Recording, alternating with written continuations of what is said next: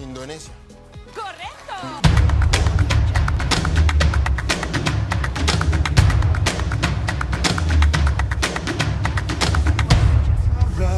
Where legends are born, to the roar of the stadium, hearts are sworn. Setiap pergerakan kecil saja selalu menjadi sorotan media-media luar negeri. Itulah Timnas Indonesia. Media tetangga jadi yang paling sering menyoroti. Ya, walaupun terkadang nyinyir sih.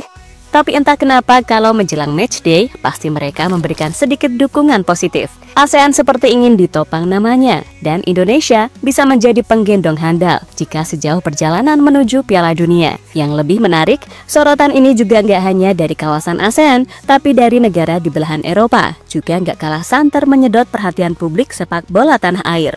Dan satu lagi yang tengah viral, datang dari mega bintang milik Real Madrid, Kylian Mbappe. Notis sepak bola tanah air. Lalu, apa yang disebut Mbappe dan apa penyebabnya kita selalu jadi sorotan? Let's go, kita cari tahu jawabannya. See, we rise from the dust.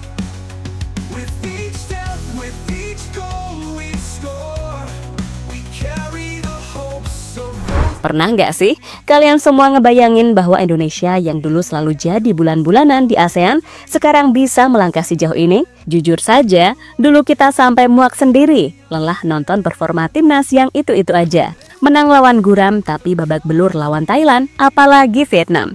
Udah kayak kutukan tahunan. Dan ya, akar dari semua kemandekan itu jelas berawal dari federasi yang amburadul. Keputusan ngawur, pembinaan minim, dan struktur yang lebih mirip panggung sinetron ketimbang organisasi profesional. Namun segalanya mulai berubah di era baru yang sekarang kita saksikan bersama ini. Meskipun secara ranking FIFA Indonesia jadi tim dengan posisi paling rendah dari seluruh peserta babak ketiga kualifikasi Piala Dunia 2026. Aneh tapi nyata, itu tak sedikit pun bikin gentar. Bahkan ketika nasib menempatkan Indonesia di grup neraka bersama Jepang, Australia, Arab Saudi, Cina, dan Bahrain, skeptisisme pun bermunculan. Banyak yang bilang ini bukan tempatnya Indonesia. Apalagi melihat sejarah kelam dari dua tetangga ASEAN kita, Thailand dan Vietnam, yang hancur lebur di ronde ini pada edisi sebelumnya.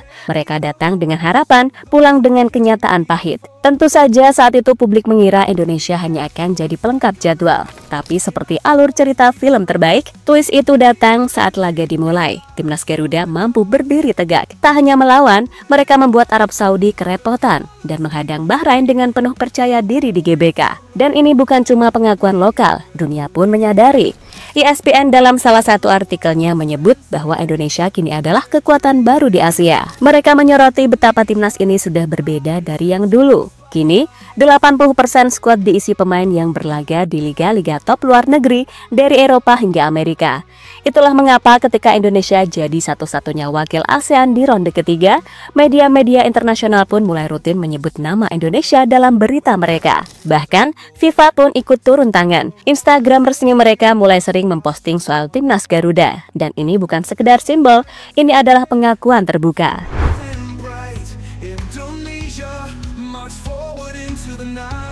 Dan yang sedang menghujani media-media di Eropa sekarang adalah salah satu langkah paling berani dari PSSI saat menunjuk Simon Tahamata sebagai kepala scouting tim nasional. Media-media di Belanda terkejut. Seorang ex-pelatih muda Ajax yang terkenal sulit diluluhkan setelah didepak dari Amsterdam, tiba-tiba menerima pinangan Indonesia.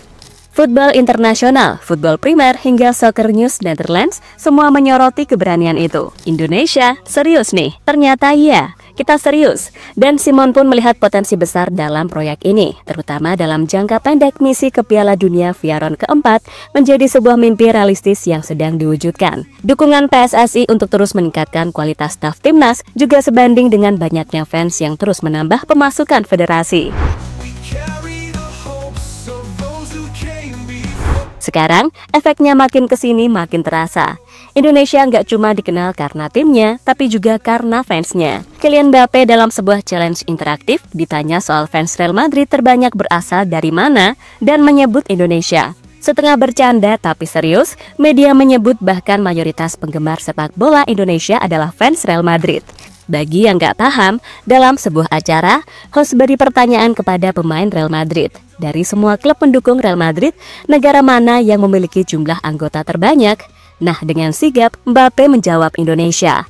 Ini menjadi bukti kalau Real Madrid sebagai klub terbaik dunia saja, fans terbanyaknya berasal dari Indonesia, bukan dari negara dengan penduduk miliaran kayak India, Amerika, ataupun Cina. Itu menunjukkan kekuatan fanbase kita, Real Madrid, bahwa mayoritas masyarakat Indonesia sangat tertarik dengan sepak bola.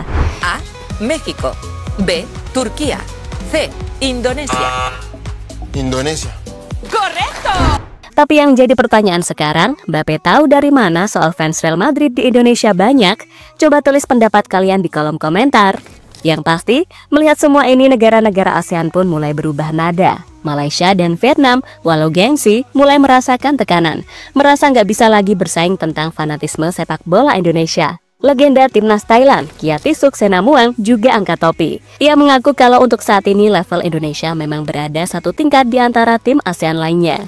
Saya ingin mengucapkan selamat kepada Indonesia. Mereka sudah satu tingkat berada di atas tim-tim ASEAN lainnya untuk saat ini. Untuk sepak bola Thailand, mari menyerap pengalaman, belajar lebih banyak, dan terus berkembang, ucap Kiatisuk dilansir dari TH Sport. Kemudian legenda Malaysia Safi Salih juga nggak malu-malu mengatakan kalau Indonesia masih di atas level tim Harimau Malaya. Makanya minta Federasi Sepak Bola Malaysia atau FAM menerima tawaran dari PSSI soal uji coba di FIFA Matchday. Tujuannya supaya timnas Malaysia bisa membuktikan diri di lapangan, bukan adu ribut di media sosial. Jika Malaysia memang di atas Indonesia, kenapa harus takut bertanding melawan mereka? Pembuktian diri itu jauh lebih baik ketimbang saling mengklaim dirinya hebat di media sosial. Meskipun saya merasa bahwa Indonesia masih di atas level kami, buka Safi Salih kepada awak media.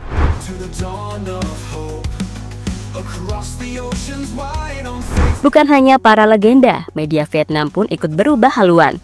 Dari yang dulu sukanya nyinyir, kini mereka secara terbuka mendukung timnas Indonesia untuk menang atas Cina. Timnas Cina turunkan skuad pas-pasan, mudah dikalahkan Indonesia di laga kunci. Tanpa adanya pemain baru, akan sulit bagi penggemar mengharapkan para penyerang Cina bermain berbeda untuk menang melawan Indonesia dan Bahrain dalam 2 pertandingan terakhir, tulis media Vietnam Sohavian dalam artikelnya.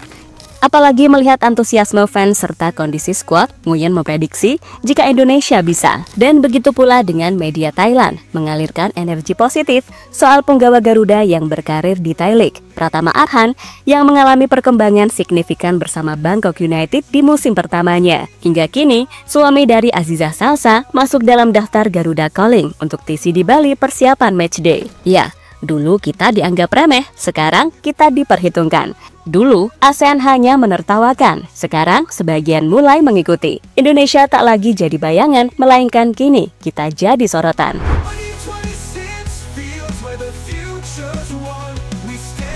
Terlepas dari semua sorotan, kita harus tetap rendah hati, karena sejatinya misi kita belum tuntas. Perjalanan ini masih panjang, dan tujuan utama kita ke panggung Piala Dunia kini terasa begitu dekat.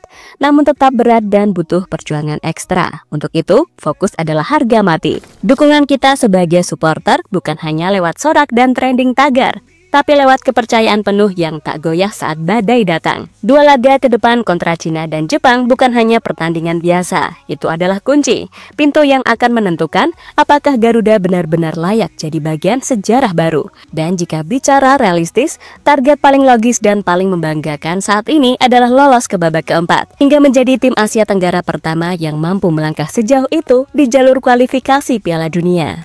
Untuk itu, mimpi memperingatkan, jangan sampai terpecah belah karena pundit-pundit misterius jelang matchday bermunculan lagi nih. Jadi mari kita tetap satu suara, satu barisan, karena cerita ini bukan milik satu orang. Ini adalah milik kita semua, bangsa dengan mimpi besar dan keyakinan tanpa batas.